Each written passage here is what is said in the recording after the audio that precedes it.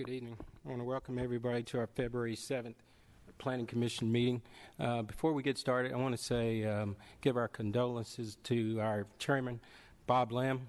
He's not with us tonight due to the passing of his wife, a tragic accident. And we want to let him know from the staff and the Planning Commission that we're praying for him, and we're also praying for him and his family. All right. Call to order. We've got a quorum tonight. We have 3 public hearings tonight.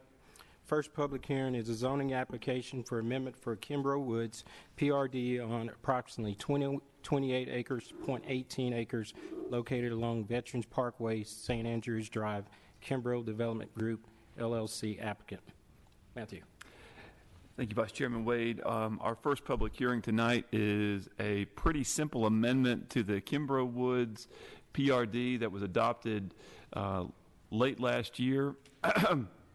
The design engineers were working on preparing the preliminary plat for Section 1, and as they were doing so, noticed that the minimum lot width in the pattern book specified 60 feet for the minimum lot width. The density and the layout of the subdivision that was in the pattern book at the time that it was adopted by Planning Commission and City Council was based upon a minimum lot width of 55 feet. They're not quite sure why the 60-foot number was put in there, but that means if they have to adhere to the 60-foot minimum lot width, that means that they would have to lose a number of lots. They've indicated in their letter that this was just a typographical error, and that the density would remain the same. Everything else about the plan would remain the same, and they just wish to amend the PRD to correct the minimum lot width from 60 feet to 55 feet. And Mr. Will Duke with Huddleston Steel is here representing the applicants. I'll be happy to answer any questions before or after the public hearing, and Mr. Duke would like to just say a brief word. Thank you, Matthew. Like you said, my name is William Duke, and I am representing Huddleston Steel. We are requesting that an amendment be made to page 9 in the PRD booklet for Kimbrough Woods. On page 9, it reads that the minimum lot width to these lots will be 60 feet. The request that we are asking is that it be amended to 55 feet. As stated, the subdivision was intent on 55 feet lot widths for the design of the layout that was approved. Like I said, we're not sure how it got changed to 60 or why it was changed to 60, but the intent of the PRD was for 55 feet minimum lot widths. If you guys have any questions pertaining to that, I also want to state that on page 13 of the same PRD booklet, it also states that the minimum lots be 55 by 120, actually. So it also states in there that it is 55.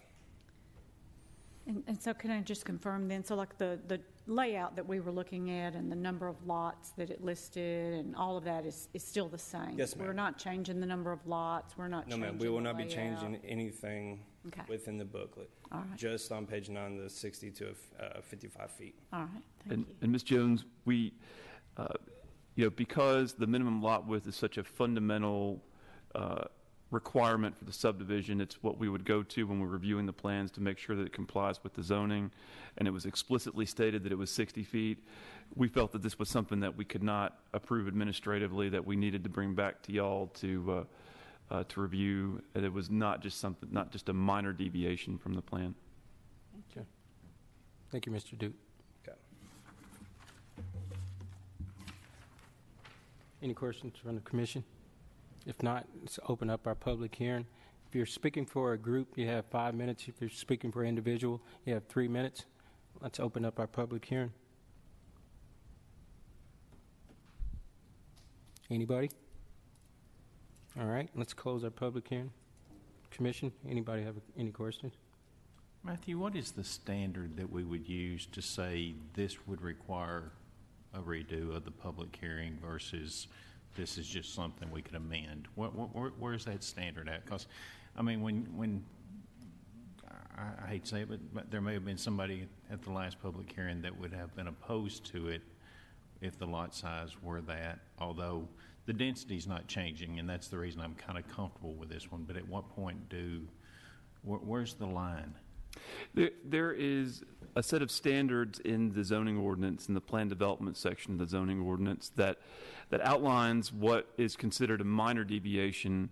A minor deviation would be a building sliding like 5 feet or less, would be a reduction in the density, increase in open space, things that would generally have that would generally be seen as a positive as opposed to something that would be making it more intense.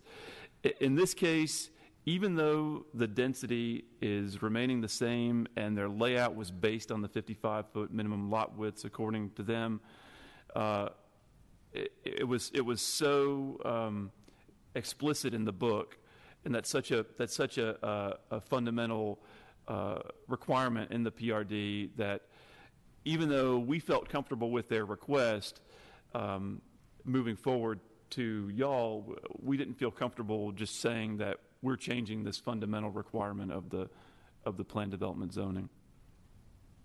But I'm assuming that people were notified just like they were the first. Yes. This being a public hearing, we sent out notifications, and now in the previous public hearing, we notified a larger area. Here, we took the area that it's actually going to affect and notified 250 feet around that area. So if we could put the map up on the screen.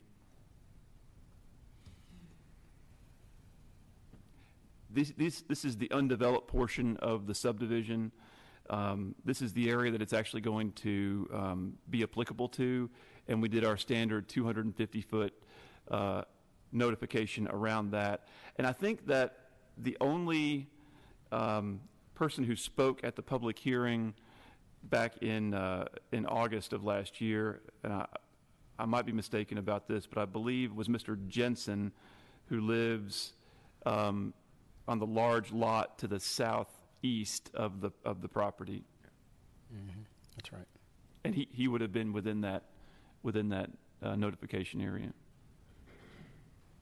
Anyone else? If not, could we get a motion? I'll make a motion we approve subject to staff comments. Second. Got a second? All in favor? Aye. Motion carries. Zoning application for approximately 5.9 acres located along City View Drive to be rezoned from RS10 to CU, and 1.4 acres to be rezoned from CL to CU. MTSU campus planning applicant. Matthew. Thank you, Vice Chairman Wade. Our next public hearing is a request. It consists of all the properties on the west side of City View Drive that are owned by the university. And I believe that's a total of 10 parcels, 9 of which are in the orange color and are zoned RS10. And those 9 parcels total 5.9 acres. And the one parcel that is in the blue color is currently zoned CL, Local Commercial District. They have, the university has requested all 10 of these parcels to be zoned to CU, Colleges and Universities District. They have one specific development in mind, but the CU zone will enable not only the specific development that they have in mind, but also any future redevelopment of these parcels. There are a total of 6 residential structures on these parcels and 2 parking lots. There's a parking lot at the very north end adjacent to Alumni Drive, and there's a parking lot at the very south end adjacent to East Main Street that backs up to the university's athletic fields right there. The specific development that the university is contemplating right now is just to the south of the existing parking lot at Alumni Drive. So I believe it would be these 3 parcels where my cursor is located. They're contemplating constructing a bus service facility at that location. That property is currently zoned RS10. This facility, I believe, would would be an area to park the university buses for their transit system, and I believe have a building to do some maintenance on those buses. Mr. Bill Waits is here, and in a moment when I get done with my presentation, he can elaborate further on MTSU's plans. But it only made good sense in staff's opinion for MTSU to go ahead and include all of the other parcels that they own on the west side of City View Drive, as that would preclude them from having to go back through the rezoning process if they wish to redevelop some of those parcels. So we have a total of 7.3 acres proposed to be rezoned to CU.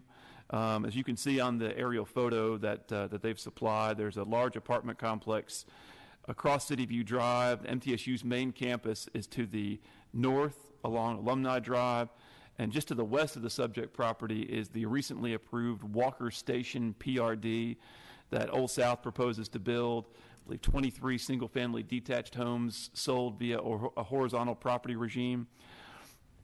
In the CU zone, the property line that will abut the Walker Station development would require a Type C landscape buffer. And so when we get a site plan in for that, one of the elements of that site plan that we would require would be a Type C landscape buffer to help screen the Walker Station from the whatever might develop on the university's property, including the bus service facility.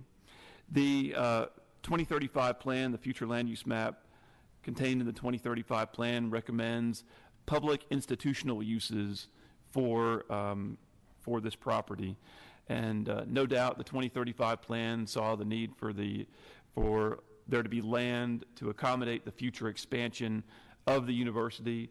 Public and institutional would be a classification that would primarily be for government type uses. So the CU zone is consistent with the recommendations of the 2035 plan, and specifically the use of it for university purposes is called out as a recommended use for the property by the 2035 plan. I'd like to invite Mr. Bill Waits here with MTSU Campus Planning to say a few words before the public hearing, and I'll be happy to answer any questions that you may have either before or after the public hearing. Thank you, Matthew, and good evening, Commission members. Like Matthew said, this proposal, this rezoning application, we're looking at using the upper half of the property for a parking, services, and transportation facility. Just a little brief kind of synopsis of this program. The majority of the building would be used as office space for the parking and transportation department personnel. There'll be a transaction area where students and university visitors can conduct business, such as acquire parking passes, pay parking tickets, and things of this manner. As Matthew mentioned, part of the program includes a 3-bay enclosed bus service area. The existing parking lot to the north will be utilized by the university's bus fleet. This is about a dozen of our shuttle buses, and this will be off-hours parking, so generally after 7 o'clock at night they will be parked there, and they will leave before 7 in the morning. This area will be surrounded by enclosed with a vinyl-coated chain-link fence with a privacy screen and access gates. There will also be an additional parking area next to the facility that will have parking area for the facilities staff, and then, of course, public visitors to the building.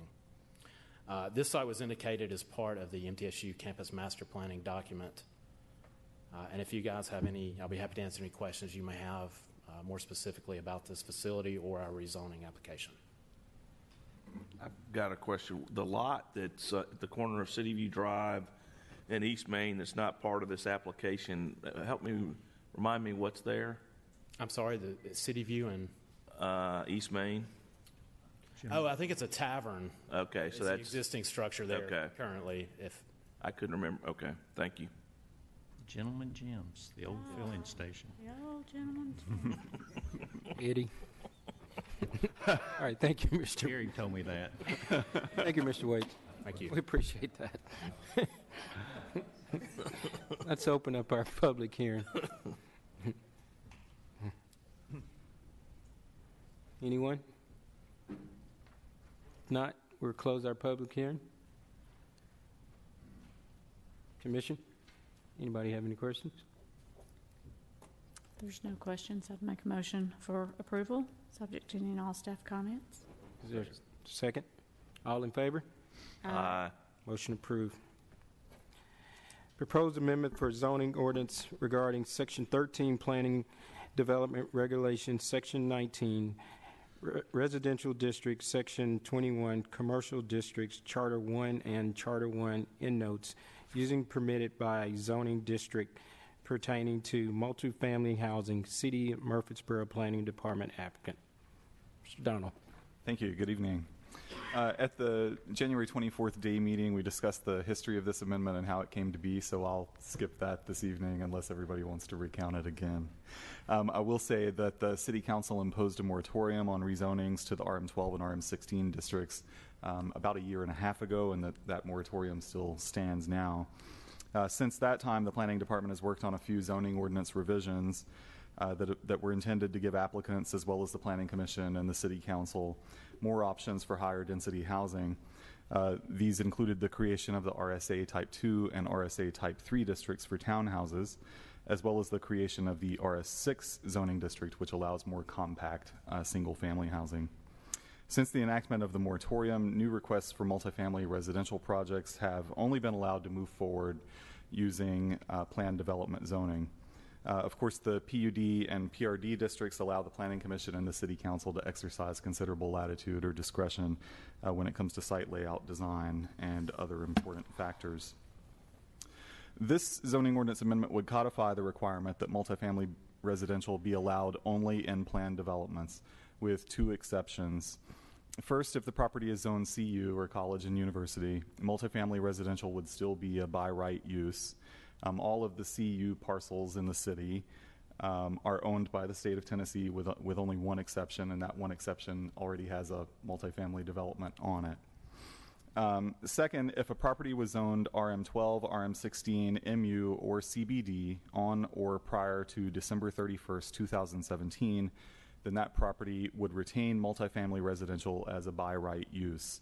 A new clause indicating such would be placed in sections 19 and 21 of the zoning ordinance, and a new end note would be placed at the end of Chart 1. Besides addressing the multifamily residential uses, this amendment has two other minor components. First, it brings back introductory language to the Chart 1 end notes. We did an ordinance amendment last year, and somehow that introductory language was inadvertently dropped, so we're simply bringing it back to explain the purpose of Chart 1 and how to read Chart 1.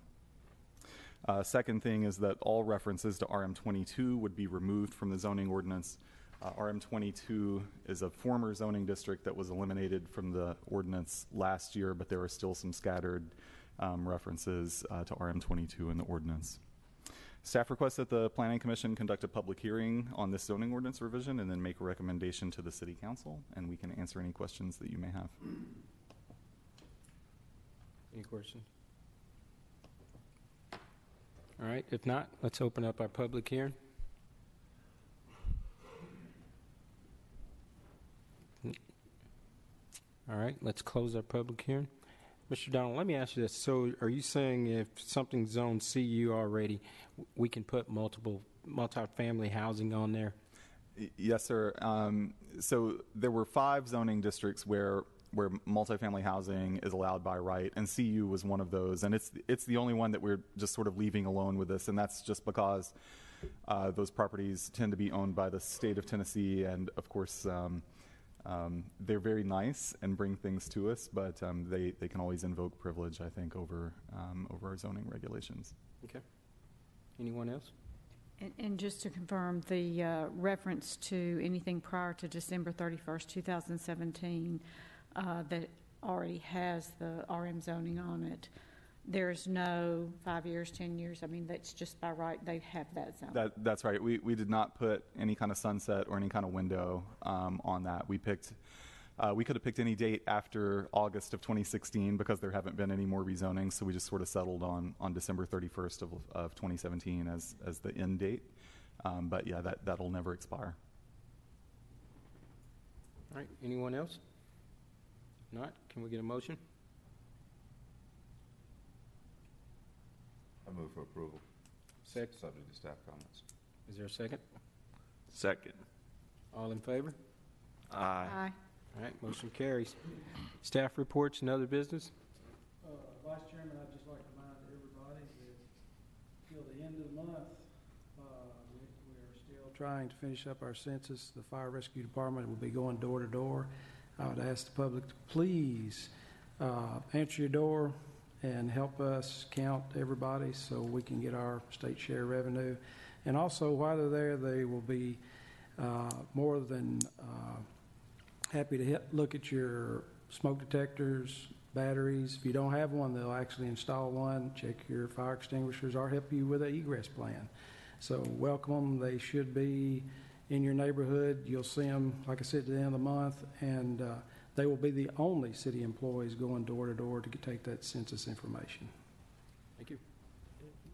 Vice Chairman Wade, one reminder for the Planning Commission, we do have a special meeting that is not on a separate day. I know y'all's ears perked up when I said special meeting.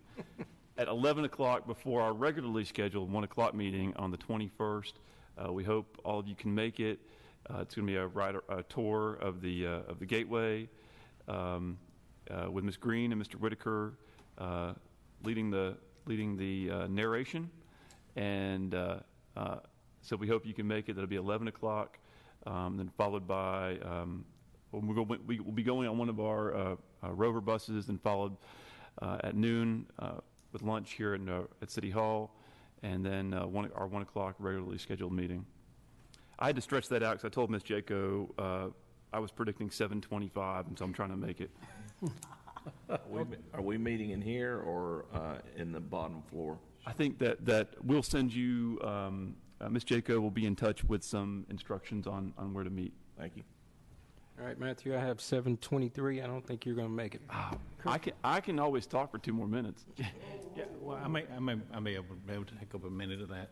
Just for clarification's sake, in the vote tonight, I voted on the item involving MTSU, and for the record, I want it to be known that I am an MTSU employee, and I did vote because I did not feel there was any conflict of interest, but just for ethical reasons, I wanted to make that clear. All right, Is that 2 minutes? that's it. All right, anything else? Not a thing. That's it. Meeting's adjourned. Thank you.